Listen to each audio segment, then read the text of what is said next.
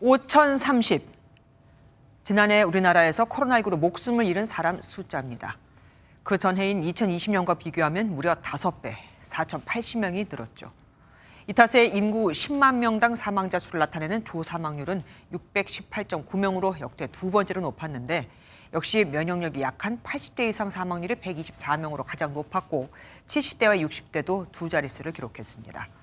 사망자만 늘어난 게 아니고 걱정이나 우울감을 느낀 빈도를 뜻하는 부정정서 점수도 10점 만점에 4점으로 높아져 코로나19 팬데믹이 소중한 이들의 목숨을 앗아간 것뿐만 아니라 우리의 삶을 완전히 바꿔놨다는 게 통계에서도 드러났습니다. 건강을 위협하는 건 코로나19뿐만이 아닙니다. 술도 그렇습니다. 이 술을 마신 다음 날 꼭 해야 할 것 뭘까요? 바로 금주입니다. 해장술이라고 연이어 술을 마시는 경우가 적지 않은데 소주 두세 잔의 적은 양이라도 일주일에 5일 이상 마실 경우 위암 발병 확률이 50% 가까이 증가하는 것으로 나타났습니다. 조동욱 기자입니다. 우리 술 문화에서 식사 때 곁들이는 두세 잔의 반주는 어렵지 않게 볼 수 있습니다.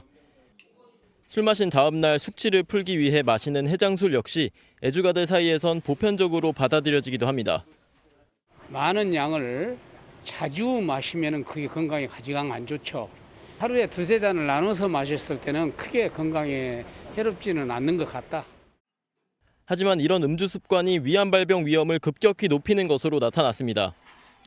서울대 의과대학 강대희 교수 연구팀이 건강한 사람들 12만 8천여 명을 8년간 추적한 결과 소주 두세 잔을 일주일에 5회 이상 마시면 위암 발생 위험이 46% 높아지는 것으로 나타났습니다.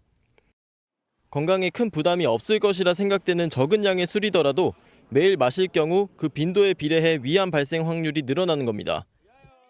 매일 술을 마시면 한 번에 많은 양의 술을 마시는 폭음과 마찬가지로 위 점막 세포의 DNA를 영구적으로 손상시켜 암의 발생 확률을 높이기 때문입니다. 다만 여성의 경우 이런 상관관계가 발견되진 않았습니다. 적은 양이라도 잦은 빈도의 음주 횟수가 위암 발생 위험을 높이는 만큼 그 빈도를 줄여야지 위암 발생의 위험을 낮출 수 있기 때문에 연구팀은 음주량이 적다는 것에 안심하지 말고 술을 마시면 다음 날은 금주하는 것이 건강을 위해 꼭 필요하다고 조언했습니다. MBN 뉴스 조동욱입니다.